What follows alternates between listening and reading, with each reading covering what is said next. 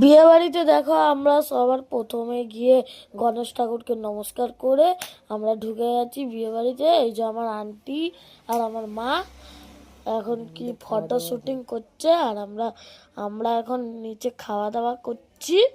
এই দেখো গণেশ ঠাকুরটা কি সুন্দর, ওই দিক থেকে আমি আর দিদি আসছি।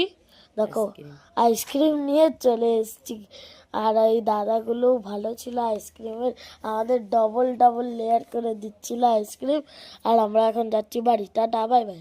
বিয়ে বাড়িতে তো মা ফটো তুলতে পারিনি, তাই আমি মাকে বিয়ে বাড়ির গেট সাজিয়েছিল, তাই ওখানে মাকে দাঁড় করিয়ে ফটো তুলে দিয়েছি।